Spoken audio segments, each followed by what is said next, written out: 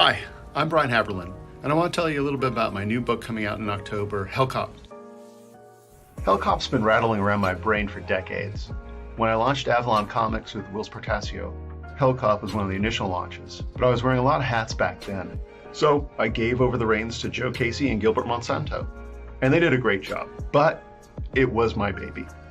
If you look at sketchbooks I've done over the years, there's Hellcops throughout. There are pages started, stories started. So let me tell you a little bit about the story. Discovering a whole new world that had only previously existed in our collective imaginations. A tale of adventure, betrayal. Hell's just another place, another planet with native creatures most on Earth would call monsters. And humans that have been there as long as they've been here. Doctors, lawyers, maybe too many lawyers. Please join me in October for the release of Hellcop and the Hellcop 3D Halloween special. Hey, I want to say thanks for watching, and I really hope you can go and ask your retailer to pick up Hellcop for October. There's going to be a 3D version with 3D glasses and the whole 9 yards, and the regular version, of course, too, with some pretty fun covers. Thank you for your attention, your support, as always, and hope you guys have a great day.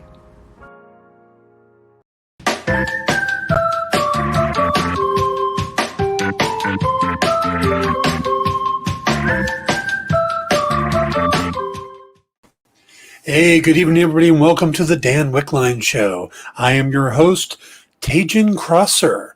Yes, and today we are going to be diving into the land of the Jedis and the Sith and droids and huts and all the fun things that make up the Star Wars universe, but from a very different point of view. Yes, we're going to take a deep dive into Star Wars Visions.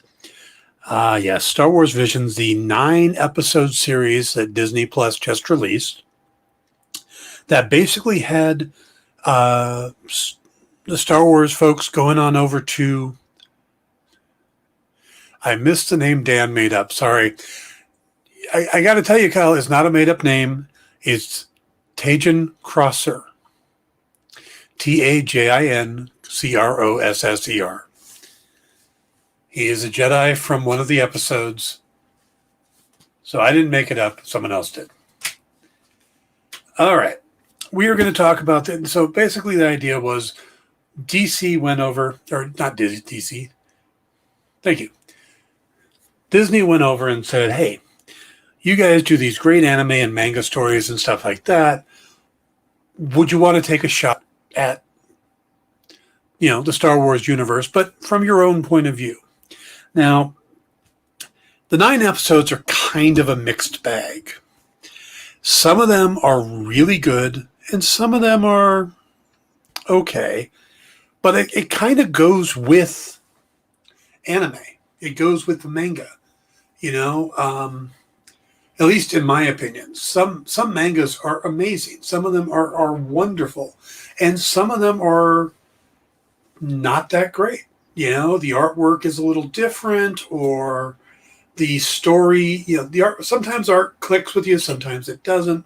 And that's not saying any of the art's bad, but sometimes it works for you and sometimes it doesn't. There's plenty of comics that are that way, that looks like great art in some books, and in other books it's not, it's a matter of taste and style and whatnot. But I'm going to break these down, and I'm not going to do them in order of release. I'm going to do them because it's almost like there's 3 groups, even though there's 9 episodes and they're in 3 groups of 3. And there's these 3 that are meh.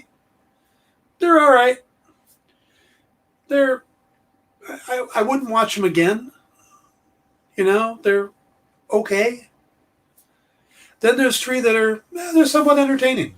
There's some value to them. There's something good about it. Something, maybe a different part, taking on a different part of the Star Wars universe that we don't normally get into, those kind of things. And then there's 3 that are just fantastic, that are just really well done. And they're either really embrace what makes Star Wars work, or they fit really well into the Star Wars lore, or in one case, they don't even go near the Star Wars lore, but it's still just a really good, compelling story. So that's what we're going to do. We're going to break these down. Overall, I just want to say, though, I think it's a pretty interesting take. You know, it's a neat thing that they tried to do. And it's not quite like Marvel's What If. It's not from that point of view, which could have been interesting to do. I'd love to see a Star Wars What If series just for the fun of it. But I think this is a fun juxtaposition of these characters. Or I think only one of them uses any established characters. One of them actually uses Boba Fett and Jabba the Hutt, where all of the others are completely brand new characters, brand new settings. And in some cases, just completely foreign to what we have established, but it works in one of the cases. It completely works. But all right, so let's break these down. There's 9 of them, like I said. And while I did break them into groups, within these groups, they could shuffle. You know, there's the C level, the B level, and the A level, but there's within the C level, these could shuffle around depending on the day, you know. Oh, this one seems a little better today, or that one doesn't, you know. Oh, I really remember liking that scene. So they could shift around in it. But we're going to start with the one I probably had the most problem with, and it's called The Twins.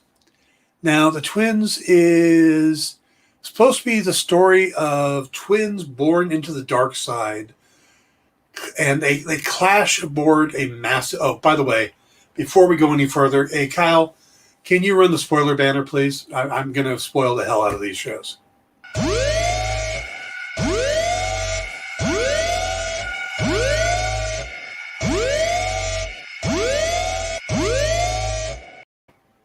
Thank you, sir. They've been out a week. I think I can get them just, you know. So the twins. Again, now the idea of twins in the Star Wars universe are pretty established. We got Luke and Leia. I went from Star Wars to General Hospital. That's nothing to do with the show there, Kyle. That was a Peach Momoko CGC variant cover that they had on Rex's show the other night. Or it's on today. That might be on today. Yeah, that's on later today. So if you stick around, you could get a chance to vote on what just popped up, or bid on what just popped up and try to get it. And it's, like I said, a CGC graded Peach Momoko variant cover. I don't remember which book it is, but I remember seeing it. It was really cool. So, but okay, so the twins.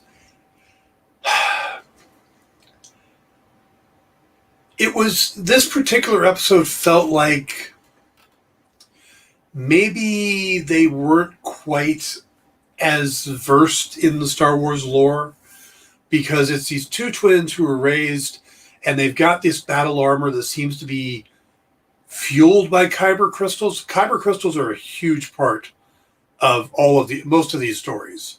But so you've got these twins who they're working for the dark side, and they've built this Star Destroyer, which is like 2 Star Destroyers mushed together with a giant cannon between the two. And I'm not sure why you would build this design, other than you're one of 2 twins and you think this would be the coolest thing ever. And it's not. But yeah, so the ship was the first turn off for me. Voicing here, the 2 twins in the American dubbed version are Neil Patrick Harris and Allison Brie, which is kind of interesting. But the story is basically how one turns on the other when they think that they're going too far, and they fight. And the fight takes place outside of the ships in space. And even though it's in space, the hair is billowing. And Each one has a droid. One has an R2-D2 type droid. The other has a C-3PO type droid, or a protocol droid versus an astromech droid, if you want to get really into it. And it just doesn't work for me. This particular one doesn't work for me because it's just so outside. It's like it tries to be in canon and then is outside of canon. And I know they're not necessarily supposed to be, but either do one or the other. You know, it's almost like they went, yes, we're going to be in canon, and then completely missed the mark. So it's not, it's like there's one that's in the top 3 that is way outside of canon, but it's brilliant. But they tell you, you know that it's outside of the norm.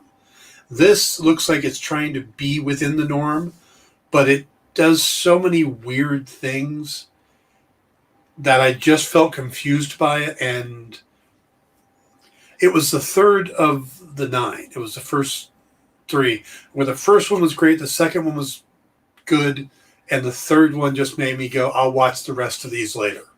It literally got me to walk away for a few hours, or actually a few days. So not a big fan of the twins. It's probably it is definitely in my lower tier, and it may be the lowest of the lowest. But all right, we're going to go on to a second one now. The next one on my list is TOB1. And TOB1 is kind of an interesting one because it feels a little like Pinocchio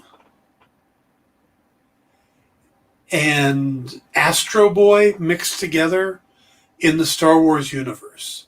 And you've got Jaden Waldman doing the voice of TOB1. You've got Kyle Chandler doing the voice of Mitaka, who is this kindly old man who's working on terraforming this planet, this desert planet, into a green and lively, place where life would thrive. And as he's working on this, he's got all these droids that he's keeping going. And one of them is this droid that is kind of humanoid shaped. And it really does look like Astro Boy. It does look like the art from Astro Boy. But this particular droid believes he can be a Jedi and dreams he can be a Jedi. And I'm not sure. I mean, this is almost a Philip K. Dick question. Do androids dream of Jedis? I don't know. Yeah, see, that's where it kind of loses me, is that, and the whole thing is him becoming a Jedi, basically, and getting the lightsaber. And again, kyber crystals are involved. But and he makes the mistake of finding the old man's ship and signaling out, hey, any Jedis out there, and ends up signaling the Sith to come wipe him out. And, and it just doesn't click for me. It's pretty cool animation. Overall, the story is interesting, but it's just so out there from, can a droid be a Jedi? Hey, JD. JD says, I can't click on those. JD says, hello, Dan. What's the topic today, and do you like it? We are talking Star Wars Visions. I'm going through all 9 episodes, and I'm doing the bottom tier first. I break them down into tiers, and the bottom tier first. So we're going through the 3 less than spectacular ones right now. We're on number 2, which is TOB1. What I do like about it is it's very different artwork from the rest of the stuff. Like I said, it's not art that really grabs me, but I do like the fact that they did different art styles and all this. Some of them I think work great. Some of them it's like, well, no, not for me. But again, none of them is bad. None of them are bad, but just different art styles. And that's, again, the neat thing about anime and manga is you have all these varying art styles that exist within the genre, and this, here's another one. So, but again, it does feel a lot like Astro Boy. There's a lot of neat little droids. The guy who's doing the art really makes neat looking little droids. So from that point of view, it's kind of cool. We find out that the old man is trying to, like I said, terraform the planet, but he's an ex-Jedi. And of course, the TOB-1 ends up making the mistake of bringing the Sith down, and the old guy gets killed, and TOB-1 ends up having to fight him. But, and the old man's Force Ghost shows up and calls him Toby instead of TOB-1, and basically, you are a real boy now. And so, yeah, it's got the Pinocchio thing going on. But I think the problem with it is that I think fans of Star Wars will be put off by the idea of a droid becoming a Jedi, or even being able to dream and those kind of things, because it's really outside of what's established. And again, these aren't necessarily supposed to be exactly established canon, but it's just different enough and strange enough that it's like, I don't know. So it's, like I said, it's not the worst one, but all of them are worth watching at least once. I just don't know if I'd watch this one a second time. So, all right, let's round out this this last one, this tier, with one that had a lot of potential, but I don't think the story translated well. And this was called Akakiri. And Akakiri, the write-up says, a Jedi returns to Forbidden Love to help defend her kingdom from a Sith-like shogun.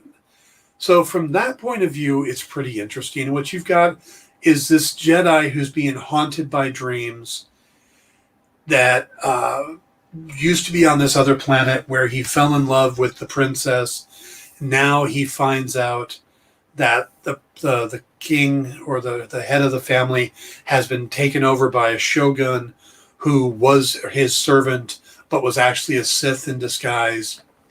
And now he's going back to help her try to free her people. So you've got this unrequited love, which is a pretty common thing for Jedi. And you got some interesting voice actors. You got Jamie Chung. You've got Henry Golding, the guy who played Snake Eyes. You've got George Takei. There's some good humorous characters in there, Takei being one of them. Adam Seitz is another. And overall, it's Lorraine Toussaint is in it as well. It's a decent story, but it's not explained well enough. It's almost like it's too condensed, and they don't give it time to breathe and really, kind of pace it. It's it feels very rushed. So what you have, what should be this love story and story of a typical Jedi story, it's almost paralleling the Anakin Padme story with the Jedi itself, like I said, being kind of pulled to the dark side. Sabaki is his name, and the Shogun is trying to have him come aboard as an apprentice, and says that basically this is your destiny. And he's constantly fighting against destiny. He refuses to accept it, and it's because he is having these dreams of him going to the dark side, and his master knows that this is potential and tells him he shouldn't go, but he goes anyway. And this one ends on the very downbeat note of him succumbing to the dark side. So this could have been a very good episode. It had the story potential to be a very good episode, but it was too condensed, too crushed together. It didn't give the characters time to actually establish the love between the two characters, establish that he really was having this crisis of faith. It's more told to you than shown. It's just pushed at you real quick, and then you get to the ending, and that doesn't work. And the art style was a little off-putting to me. It's just a little different, and it never quite grew on me. So where Sabaki was fine, the women drawn in it just seemed very soup can.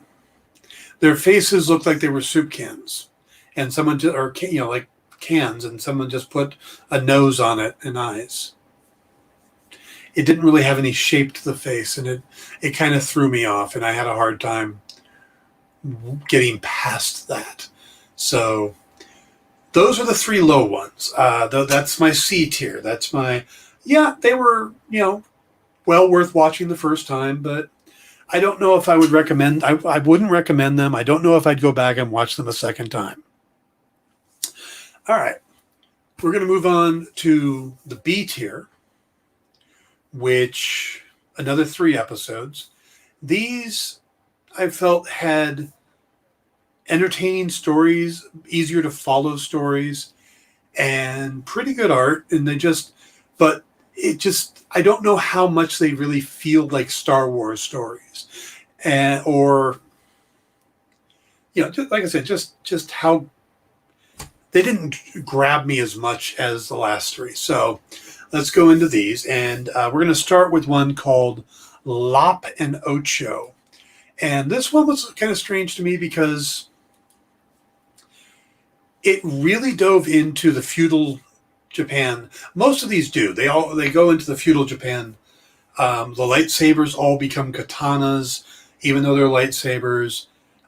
In most of them, there's a couple that don't, but overall, there's So it really does feel like that. But in that, there is this girl who's a rabbit, like Joxer. I think it's Joxer, his name. Jax. There's a famous rabbit from the comics. Rabbit guy, Jax, I think his name is. It's been a while since I thought about him. But Jackson, thank you. So she appears to be maybe the same race as Jackson, but not green. She's more of an actual bunny color. And we don't really get an alien race for her, the name for it or anything like that. And she gets taken into this family on a planet where the Empire is slowly taking over. They've come in and they've made trade deals and stuff like that. And, they're kind of creeping in more and more and using up the planet's resources. And she's taken in by this older fighter and his daughter. And the two are raised together to become like sisters. And it's kind of an interesting story. But where it takes a turn, like in Star Wars, where you have the father becomes part of the dark side and Luke has to save him and there's a redemption arc, here the actual daughter joins the Empire. The father sees how much the Empire is taking over. He's trying to stop them. He's trying to start some kind of like revolution. And the daughter rats him out and ends up joining the Empire. And of course, there's a big fight between the father and the daughter, and then Lop the rabbit girl gets involved, and we find out that there was a Jedi who had come to the village and left his lightsaber to an heir, and it's been passed down from family to family to family. And where Ocho, the actual daughter, thought she was supposed to get it, the father gives it to Lop instead because he felt that family is more than just blood, and it's the honor and carrying on the family tradition. So there's a lot of family tradition in this. There's some good action, and I think the characters are pretty good, but again, it feels a little rushed. It feels like they could have taken a couple more minutes and let the story breathe a bit. And that's some of my critique on anime is they tend to feel a little rushed too. So maybe that's the style, is that it needs to be fast paced, keep moving. But this felt a little rushed. But again, it had a lot of good action. The art was cool, and it's worth a watch. Again, not sure. I might watch it a second time. Like if I'm showing it to a friend and that one comes on, I'd probably stick around to see some of the parts were cool. But overall, it's not great, but it's good. It's a good episode. I don't think there was any big names in it. Anne Cathcart was the voice of Lop. Hiroma Dames was Ocho. Kyle McCarthy. Yeah, there wasn't any famous actors brought in to do that one. But again, it's worth watching. Like I said, I liked it. All right. Now, before I get to the next one on the list, what I'm going to do is point out that after today's show, is Black Comic Universe, then Minute to Skim It, and then Kyle and I will be back for In Stores This Week. I was wrong. The Peach Momoko cover went yesterday. Turns out today's Tuesday, not Monday. I forget that sometimes. It's all just a big blur to me. But so coming up right after this, stick around for Black Comic Universe, then Minute to Skim It with Miss Jen, and then Kyle and I will be back for In Stores This Week, where we talk about the new comics shipping to comic shops on Wednesday. Also, if you get a chance, hit the like and subscribe buttons. We'd really appreciate it. We're still trying to build up our presence on Facebook, get to that 1,000 mark where we get some more stuff. So you could help us out by hitting the subscribe button, hit the like button, those kind of things. It helps us out a lot. If you're on Facebook, hit the like and the little heart. Love the heart, or the hug. That's really nice. And also remember to follow us on both Instagram and TikTok. Our names there are as _EXP1. So that's on TikTok and Instagram. So let's go ahead and roll our commercials. We're about a minute or two early, but we'll do our commercials. We'll come back and we'll hit the other 5 episodes. So be right back.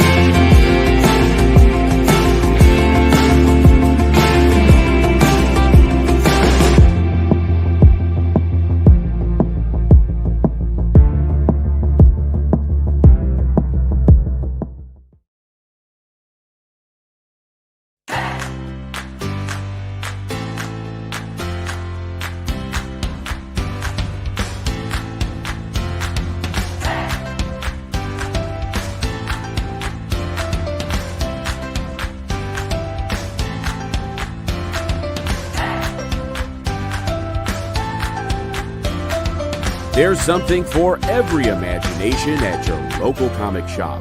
Visit ComicShopLocator.com to find a store near you.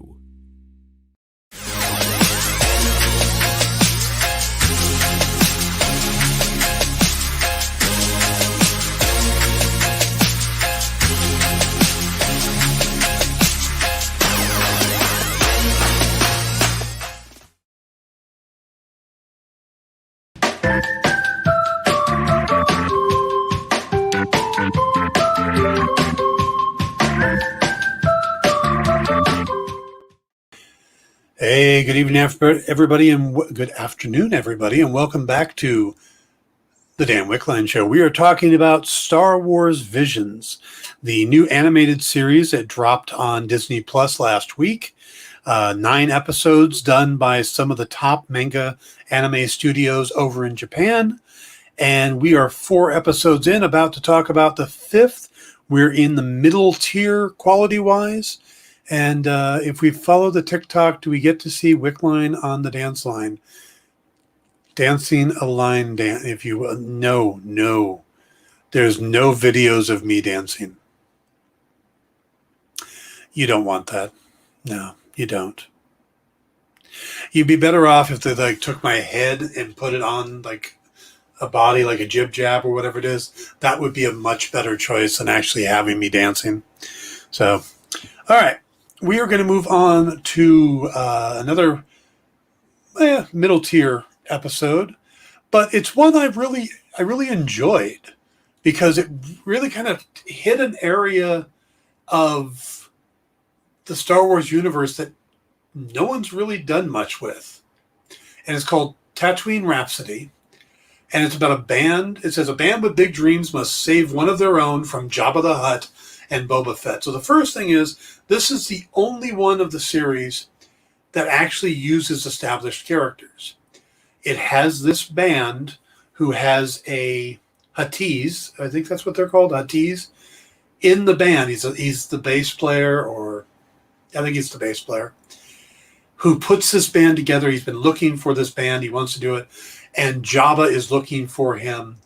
And they're on the run from that. So you got Boba Fett trying to hunt him down. They bring in Joseph Gordon-Levitt and Bobby Monahan to do voices. But they also bring in Tamura Morrison to voice Boba Fett. So you get the actual Boba Fett to do the voices. So I like that a lot. The art reminded me quite a bit, and it might be because it's the rock theme, but it kind of reminded me of the Gorillaz. You know, the animated band, and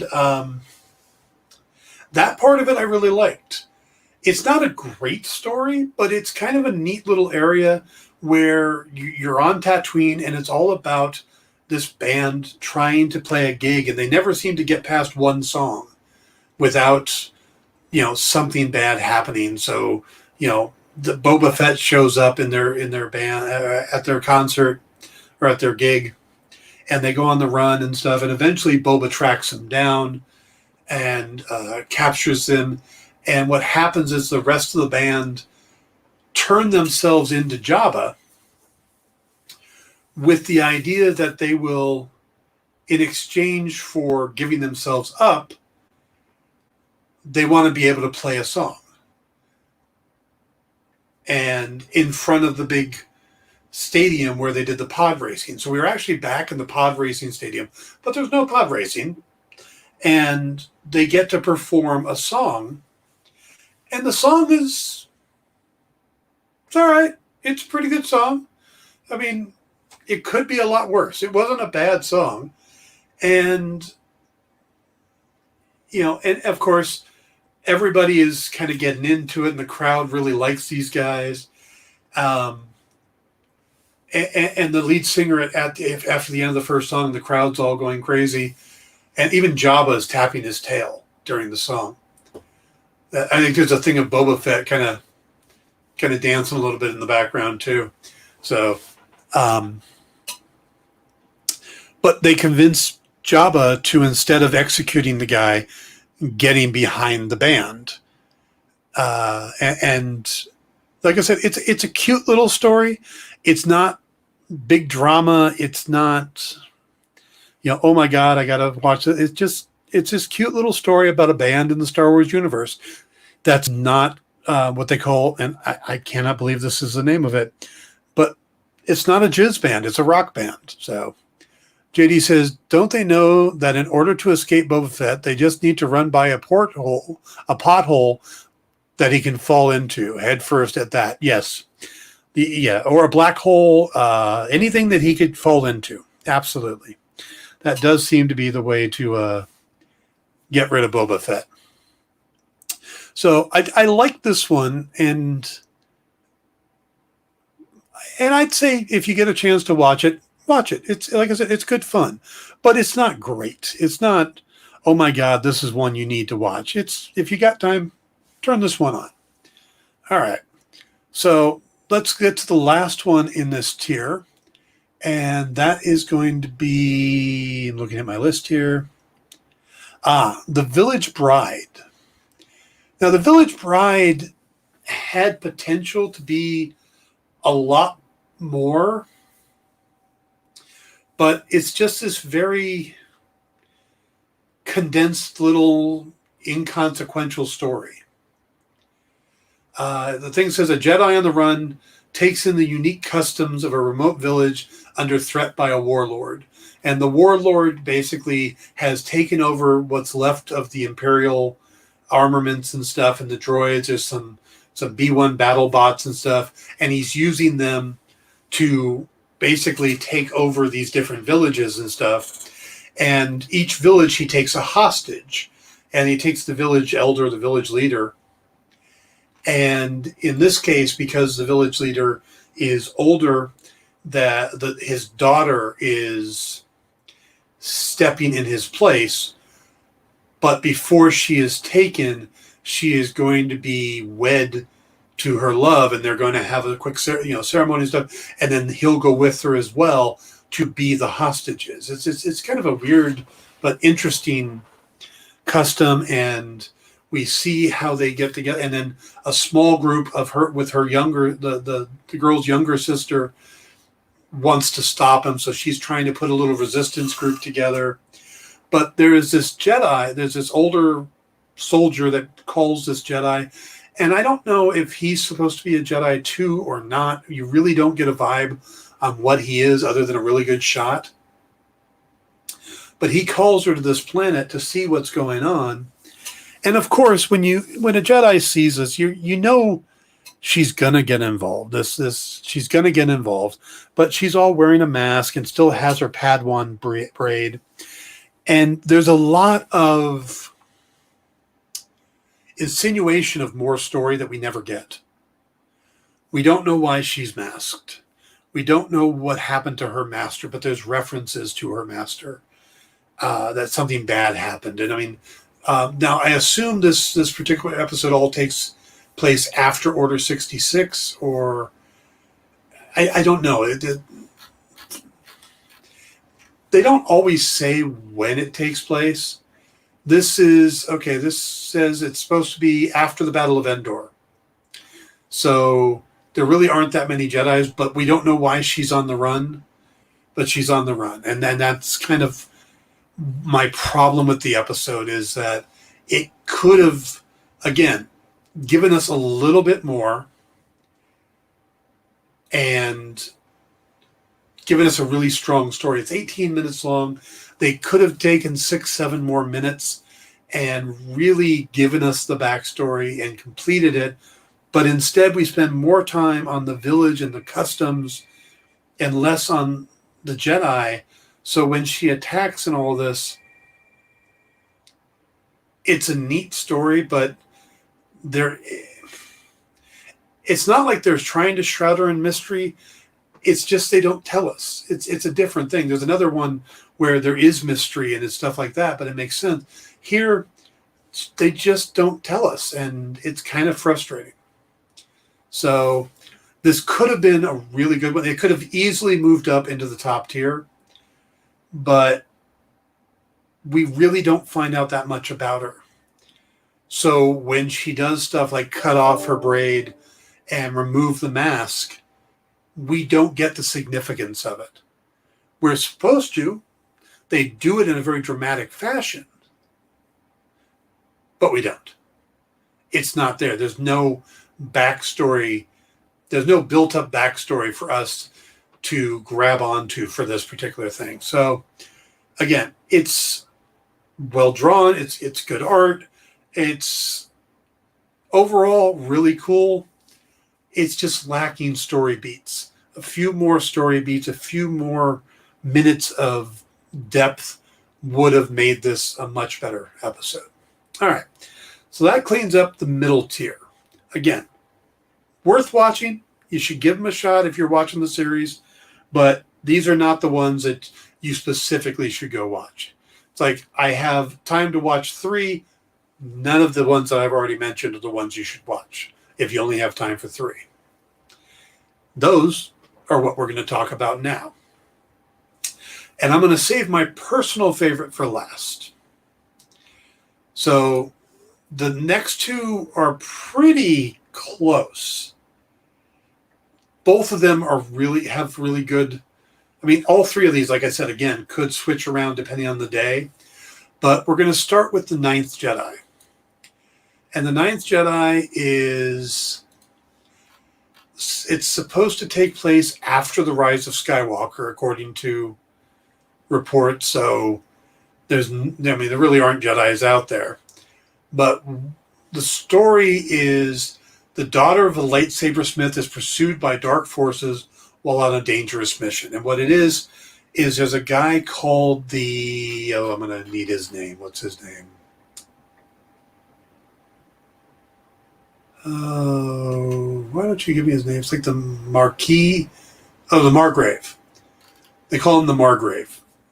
And the Margrave has sent out a message to 7 Jedi, which is weird because it's supposed to be 9th, but it's only 7 that show up. Anyway, yeah, he sends a message out to 7 Jedi, or Jedi in training, or Jedi potentials, to come to this place, and he will provide them with lightsabers. His base is floating above a planet where there are kyber crystals, and he's gotten one of the lightsaber smiths to build these things.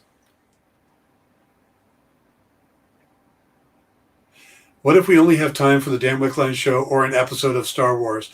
Well, definitely Dan Wickline Show, because I'm telling you what the episodes are. So you don't need to watch them if you don't absolutely don't want to. But so he's building these lightsabers. He's building 7 or 8 lightsabers. I think it's 8, and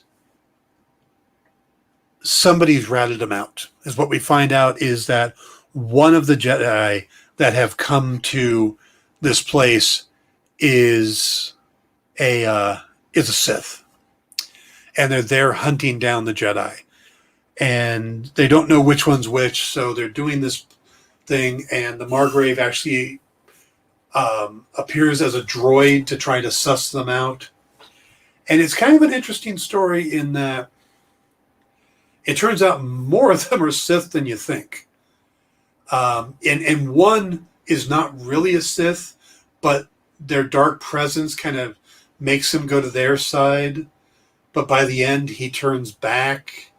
And there's like one young kid who was there, and he's like the only one who was pure from the start.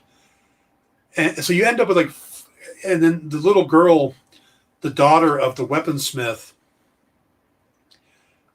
he's made it so the color, basically whichever Jedi's using it, the color appears for that. So I'm not sure how that works. That's not part of the Star Wars lore, but it is in this thing.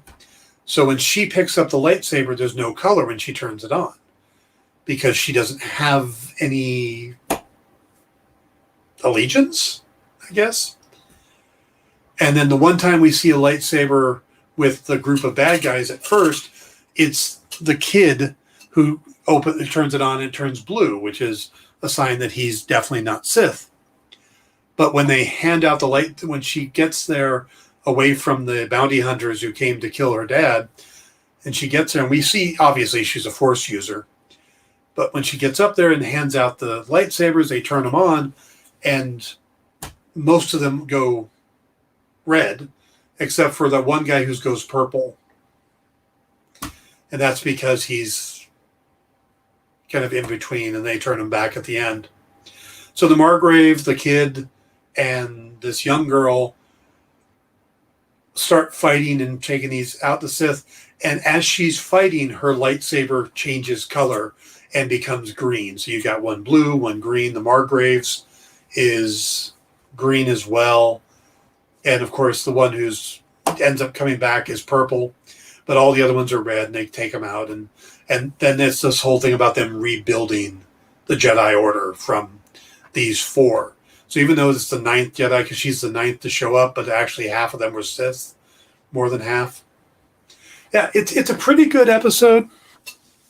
The way the lightsabers work don't quite mash up to Star Wars lore, but other than that, it's a fun little episode.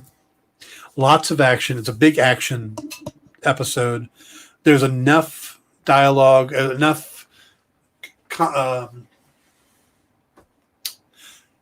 explanation that you know what's going on, enough exposition.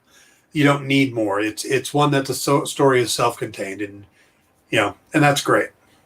So this one is definitely on my recommended list. Also the ratings that have been coming in. The 3 on my list that are the highest are also the 3 getting the best ratings on like IMDb and Rotten Tomatoes and stuff. So I do recommend this one. Moving on to the next one on my list. And this one could have been the top slot, but I'm just so in love with the other one that this was close. This one's a little bit more by the numbers. I think it was predictable, but it was also just really good and felt like the most true to Star Wars. The last one used regular lightsabers, not katana-style lightsabers. This one has a mix of them, and it really works because this is the story. It says, a Jedi and a Padawan pursue a dark and powerful presence. That doesn't tell you much of anything. This one's called The Elder, and it's probably the most straightforward of all the stories. It feels like it could just fit right in. This would take place around the Phantom Menace, the prequel series. David Harbour does the voice of Tajin, the Jedi. Jordan Fisher does the voice of Dan, his Padawan, and James Hong does the voice of the Elder, which is this old Sith that, he doesn't call himself a Sith, but he talks about back when the Sith were around. So he's like a Sith that lived for a while, and there's basically they go to this planet because they sense this dark presence. They follow it there, and the Padawan is a real smartass, and the Jedi is very Qui-Gon Jinn-like. And this also felt like it could have taken place in the High Republic era.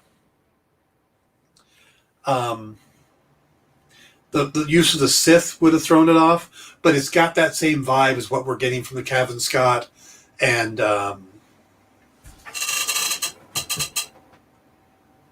Charles Soule books. I got one behind me, that's why I had to look. So I really like this one story-wise. They go to this planet. He's been there before. It's in the Outer Rims. This Tajin is very familiar with the Outer Rim, but Dan is really good with kids and stuff, and really bonds with the local kids. And of course, they separate to try to find this guy.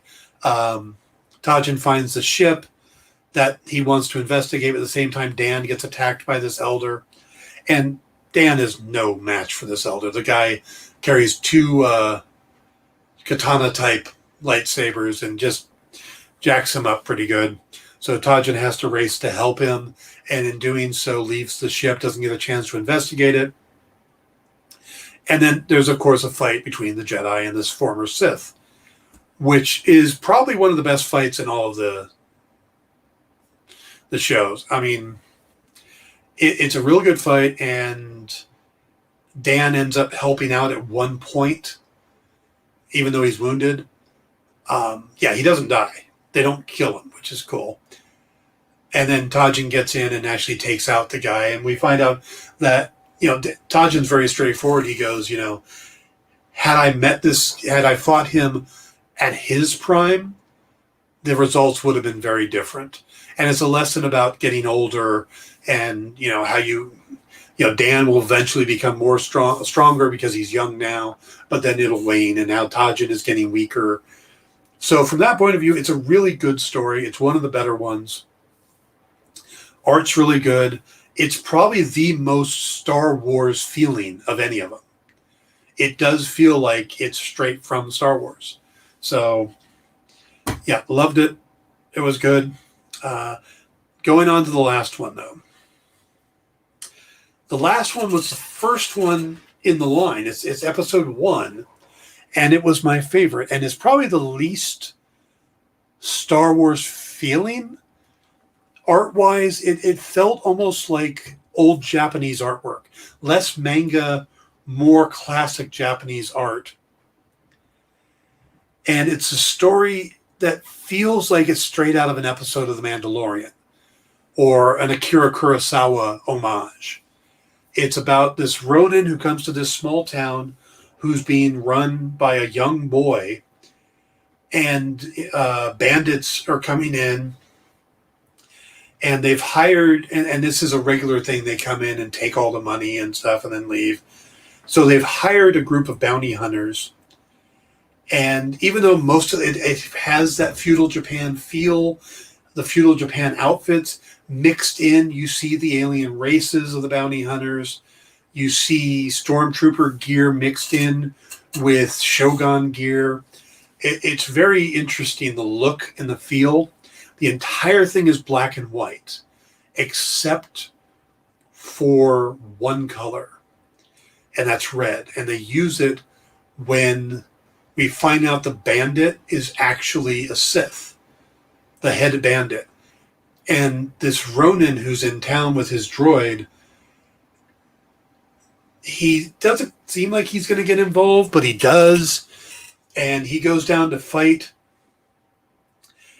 And the bad guy has this almost parasol type thing that she has over her lightsaber, and in doing so, it feeds it up into tubes that come out in a circle. So she ends up with this like parasol full of lightsabers, and that's how she fights. And where the bounty hunters do a good job of cleaning up her troops, when she comes out, she wipes out the bounty hunters, takes everybody hostage, and in comes the Ronin. And as they're about to fight, and he's using the Force and stuff, and you think he's about to pull out, or he pulls out his lightsaber and he's about to light it up, it's also red. So this Ronin is or was a Sith. So you've got these two Sith fighting, and it's a great fight. The artwork is stunningly gorgeous, and it's this really cool battle. And again, it does feel like an Akira Kurosawa story. It probably embraces where the Elder embraces Star Wars as it is today. The Duel embraces the inspiration for Star Wars, the samurai films, the westerns, and stuff like that, in the same way The Mandalorian has been embracing those things. So it's a really strong story. And it's also, from what I understand, the Ronin character, once he defeats her, breaks her lightsaber, takes her kyber crystal, and he opens his coat, and you see this line of red kyber crystals all down the lining of his coat, and he just adds one more. So it's almost like he's hunting Sith. That's what he's doing. But they call him the Ronin, and this is a prequel, I think it is, for a novel they're going to do called The Ronin. And it's supposed to be out, I think it's later this year. I don't know much about it yet. One of the viewers on Pop Go the Writers was asking about it. They heard about it, and I saw a listing for it. But I haven't had a chance to really dig deep into it. But it's now one I'm going to pick up. I love this concept for the character. This is so interesting to me.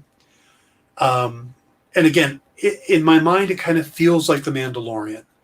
Not from the point of view of, the story of The Mandalorian, but it's embracing the same stuff that inspired Lucas in the first place. And also, it's a new type of character that we haven't spent a lot of time with. This is an ex-Sith who seems to be hunting Sith. Now, the fact that it's all done in this stylized Japanese art and with the very feudal Japan design, I don't know if that'll carry over into the novel. I'm kind of hoping it doesn't. I'd like it to be a little more classic Star Wars in that, but it's a novel, so. But I do love the concept of the character, and I could see them doing a Disney Plus series off this character. just, you've got me hooked at the idea of an ex-Sith that's out hunting Sith. That just fascinates the hell out of me. I'm in for that. You want to do that story? You want to call it the Ronin? I'm in. Sign me up. Hell, call me if you want some episodes written. I'll be happy to get involved. But, all right, guys, that is a breakdown of all 9 episodes of Star Wars Visions. It's available now on Disney+. All 9 episodes dropped at the same time, which is unique because normally they do these week by week. And it surprises me a little because we've got this dead zone of area coming up where there won't be Star Wars and there won't be Marvel for like 5 weeks. Seems like they could have released these 1 or 2 a week and just filled that time, but they didn't. So, but then again, there's rumors that we're going to get a special episode of Boba Fett sometime in November, which coincides with the new Disney Plus day. That's supposed to be, I think, November 12th. So we'll have to see how that works out. Maybe they've got some plans to fill in that gap. Don't know. But, all right. That's the show for today. Tomorrow morning is going to be the new episode of What If. We'll be talking about that on Thursday. It will be continuing the end of the last episode where we got Ultron Vision with all the Infinity Stones, because that's the poster they put out this week. So we'll take a look at that and see what the hell's going to happen with that. Where we're going next. Will the Watcher get involved? That'll be our topic on Thursday. Not 100% sure what tomorrow's topic is going to be, but I'll know by tomorrow. So tune in and find out. Everybody have a great day. Stick around for Black Comic Universe, followed by Minute to Skim It with Miss Jen. And then Kyle and I will be back for our riveting show in stores this week. Have a great night, and I'll see you later.